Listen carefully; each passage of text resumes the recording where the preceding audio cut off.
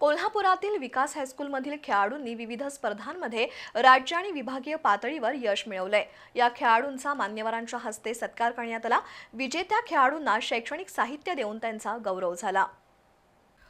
शासकीय क्रीडा स्पर्धेत जिल्हा, विभागीय, राज्य आणि राष्ट्रीय पातळीवरील स्पर्धेत कोल्हापुरातील विकास हायस्कूलच्या खेळाडूंनी घवघवीत यश मिळवलंय। आदित्य पवार यानं लाठीकाठीमध्ये तर किक बॉक्सिंग तायक्वांदो स्पर्धेत प्रीती घुरके हिनं राष्ट्रीय पातळीवर यश मिळवलंय।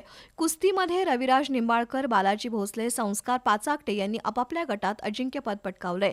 त्याचबरोबर तलवारबाजीत मंथन पाटील यानं तर रायफल शूटिंगमध्ये समर्थ पवारनं यश मिळवलंय।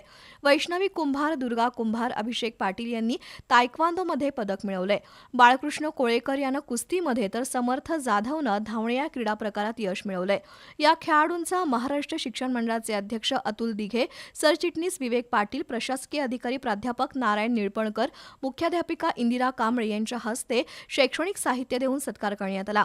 या खेळाडूंना क्रीडा शिक्षक कालिदास कोळी आणि सहकारी शिक्षकांचं मार्गदर्शन लाभलंय।